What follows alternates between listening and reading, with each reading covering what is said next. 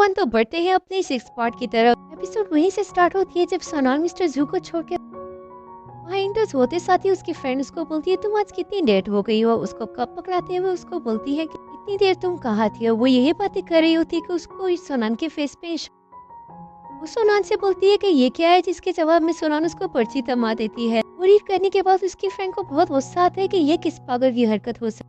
सोनान बोलती है कि पता नहीं, जिस पे उसकी फ्रेंड बोलती है ये यकीन है युबाई की हरकत। इस पे सोनान बोलती है कि बिल्कुल।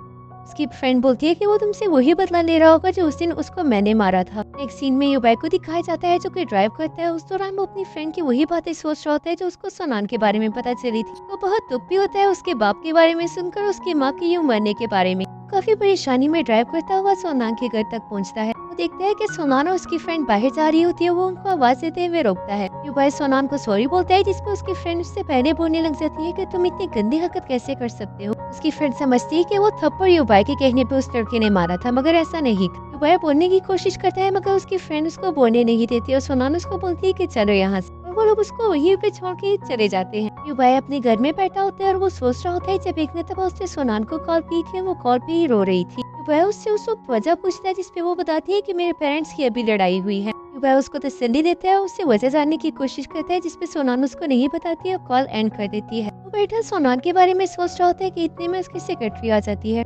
सेक्रेटरी उसके पास आके बैठती है, उसको बोलती है कि क्या हुआ है तुम्हें, तुम कुछ देर से काफी डिस्टर्ब लग रहे हो। जिसपे वो उसको बताते हैं कि तुम मुझे ये बताओ कि एक लड़की जिसको उसके पेरेंट्स ने बचपन में ही छोड़ दिया और जब वो बड़ी हो गई हो तो उसके अडॉप्टिव पेरेंट्स ने भी उसको छोड़ दिया हो, तो क्या वो लड़की काबिल। इस पे उसकी सेक्रेटरी उसको पूछती है कि तुम किसके बारे में पूछ रही हो। जिसपे युबाई बोलता है कि ये मैटर नहीं करता कि मैं किसके बारे में पूछ रहा हूँ, जो भी हो तुम मुझे ये बताओ कि वो काबिल तर्स है कि नहीं। वो काफी स्टार्ट करती है, जिसपे युबाई उसको बताता है कि एक लड़की जिसने मेरी जान बचाई। नेक्स्ट सीन में मिस्टर जू को दिखाया जाता है जो कि कंपनी में बैठा होता है। वो एक फाइल रीड करता है।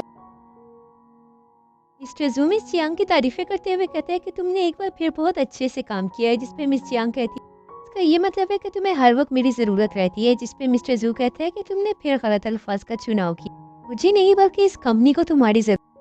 मिस जियांग मिस्टर जू के करीब आते हुए उसको कहती है कि तुम पिछले दिन याद नहीं करते जो हम दोनों ने इतना अच्छा टाइम गुजारा था। जिसपे मिस्टर जू उसको बोलता है कि तुम खुद ही कह रही हो कि पिछले दिन और पिछले दिनों को याद नहीं किया जाता। तुमने बहुत अच्छा काम किया और आगे भी ऐसे ही काम करते रहना। और वो वहाँ से चला जाता है। जियांग वहाँ गुस्से में खड़ी होती है कि एक वर्कर आती है, उसको बोलती है कि क्लाइंट ने कॉन्ट्रैक्ट में कुछ मिस्टेक्स निकाली है, तो क्या आप ये देख सकती हैं। जिसपे मिस जियांग अपना सारा गुस्सा उस पर उतारते हुए कहती है कि तुम लोग खुद कोई काम नहीं कर सकते, सब काम रखे मेरे सर पे रख देते हो, दफा हो जाओ, ये खुद देखो। नेक्स्ट सीन में युबाई को ऑफिस में दिखाया जाता है जो कि सोनान के लिए यही सर्च कर रहा होता है कि बायोलॉजिकल पेरेंट्स को कैसे फाइंड आउट किया जा सकता है। वो ऑफिस में बैठा यही काम कर रहा होता है कि इतने में कैमो उसके पास आता है। कैमो उसको बोलता है कि फाइनली तुम मुझे मिल ही गए, इतने दिनों से तुम कहाँ गायब थे, मैं इतना ढूंढा लेकिन तुम कहीं भी नहीं मिले। इस पे युबाई उसको बोलता है कि मैं दूसरी सिटी गया हुआ था। कैमो उससे पूछता है कि तुम दूसरी सिटी में क्या करने गए, अब मुझे हर बात तुम्हें बताना जरूरी है, मैं जिस भी काम से गया हूँ क्यों गया हूँ इस सब से तुम्हें क्या लेना देना। कैमो बोलता है कि वैसे ही कुछ दिनों में मैं भी बहुत बिजी था, मैं सोच रहा हूँ कि कहीं बाहर चलते हैं, पूरी इंजॉयमेंट हो जाएगी। जिसपे युबाई बोलता है कि मेरे पास बिल्कुल भी टाइम नहीं है इन सब के लिए। और वो उसको इग्नोर करता हुआ बस यही देख रहा होता है कि बायोलॉजिकल पेरेंट्स कैसे फाइंड आउट किए जा सकते हैं।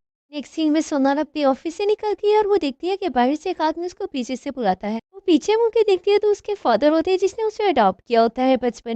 उससे बोलती है कि आप यहाँ पर क्या कर रहे हैं। जिसपे उसके पापा उसको बोलते हैं कि मैं सिर्फ तुम्हें देखने आया हूँ। सोनान बोलती है कि आपने मुझे देख लिया तो आप यहाँ से जाएं। सोनान जानती ही थी कि वो किसी और मकसद के लिए आया हुआ है। सोनान अपने पर्स से कुछ पैसे निकाल के उसके हाथ में थमा देती है। उसको बोलती है कि अभी मेरे पास सिर्फ यही है, बहुत शुक्रिया मुझे बचपन में अपने घर में रखने के लिए, लेकिन मैं इससे ज्यादा आपके लिए कुछ भी नहीं कर सकती। उसके बाबा उसको बोलते हैं कि मैं यहाँ पैसों के लिए नहीं आया, मैं बस सिर्फ तुम्हें देखने के लिए आया हूँ, मैं तुम्हारे साथ रहना चाहता हूँ। वो सोनान को बताता है देखो मैं इतनी ऊंचाई से गिरा।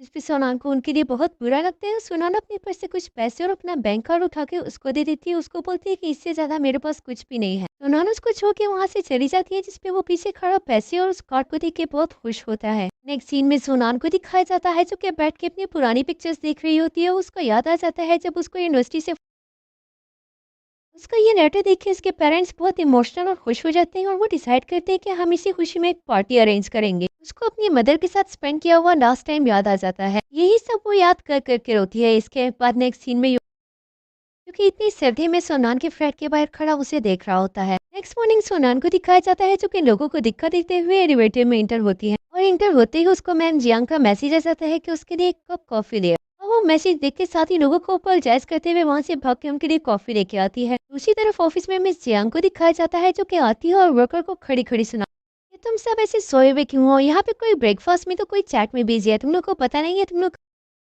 मिस जियांग बोलती है कि कौन अभी तक नहीं आया, जिसपे पास बैठी वर्कर बोलती है कि ये सोनान की सीट खाली है। मिस जियांग उस वर्कर को बोलती है कि इसके लेट आने की भी डिडक्शन करो। जियांग अपने ऑफिस की तरफ ऊपर जा रही होती है कि इतने में मिस सोनान इंटर होती है। वो उसको बोलती है कि मैम आपकी कॉफी, जिसपे मिस जियांग इंतहाई रूडली उससे बोलती है कि अपने पास ही रखो। वो वहाँ से चली जाती है। सोनान वहाँ से ऑफिस में आ जाती है, उसका मुंह कॉफी ऑफ होता है और वो आके कूलर से पानी पीती है। वो खड़ी होती है कि उसकी कुलीग उसके पास आती है और उसको बोलती है कि लास्ट टाइम वो तो अपनी तरफ से उसे सजेशन देती है। उसको बोलती है और मिस जियांग रिलेशनशिप में थे, अगर तुम चाहती हो कि तुम यहाँ पे सुकून से रहो तो मिस्टर जू से दूर रहो, क्योंकि मिस जियांग उसमें इंटरेस्टेड है। सोनानी काफी माइंड कर देती है। उसको बोलती है कि मैं कल रात एक काम था जिसकी वजह से मैं रुकी, मैं और मिस्टर जू जस्ट एक फ्रेंड है और इस बात से मेरा कोई लेना देना नहीं। वो उसको वहीं पे छोड़ के चली जाती है, जिसपे उसकी कुड़ी किसी एक गंदी शक्ल बनाती है। नेक्स्ट सीन में यूबाई को ऑफिस में दिखाया जाता है जब उसकी सेक्रेटरी उसके पास आती है।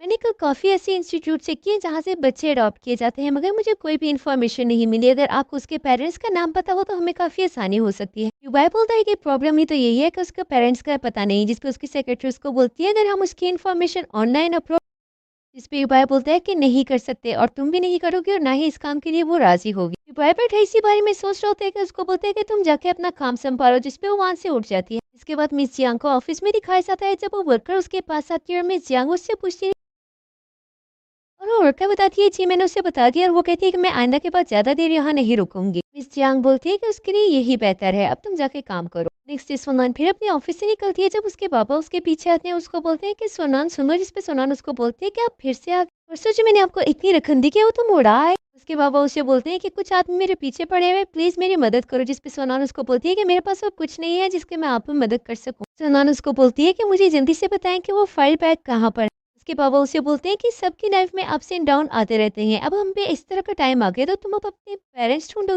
इस पे सोनांग कहती है ठीक है आपने नहीं बताना तो मैं चाह रही हूँ यहाँ से। वो वहाँ से जाने ही लगती है कि उसके बाप के पीछे 3 आदमी आते हैं, उस पे हमला करते हैं। उसको बोलते हैं कि जल्दी से हमारे पैसे निकालो। वो आदमी उसके बाप को काफी बुरा भला कहते हैं, जिससे सोनांग काफी डर जाती है। उनमें से एक आदमी सोनांग के पास आता है, उसको बोलता है कि उसके बाप के पैसे उसकी बेटी पे करेगी। उसके करीब आने ही लगता है कि पीछे से मिस्टर जू आ जाते हैं, उसको गिरबान पकड़ लेते हैं। मिस्टर जू एक दो को पकड़ के काफी मारता है, जिससे बाकी लोग भी डर के भाग जाते हैं, जिसमें सोनान के पापा भी शामिल होते हैं। मिस्टर जू सोनान को लेके वहां से चला जाता है। उसके पापा दूसरी साइड पे आते हैं। जब वो आदमी उसके पीछे आते हैं उसको बोलते हैं कि आपने हमें पे नहीं।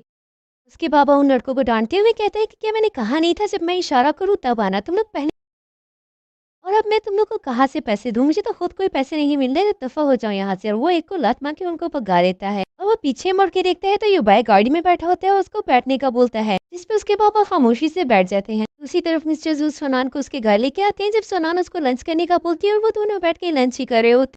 मिस्टर जू सोनान से बोलते हैं कि ये आदमी कौन थे, जिसपे सोनान बोलती है कि ये बस ये गलतफहमी हो गई थी उनको।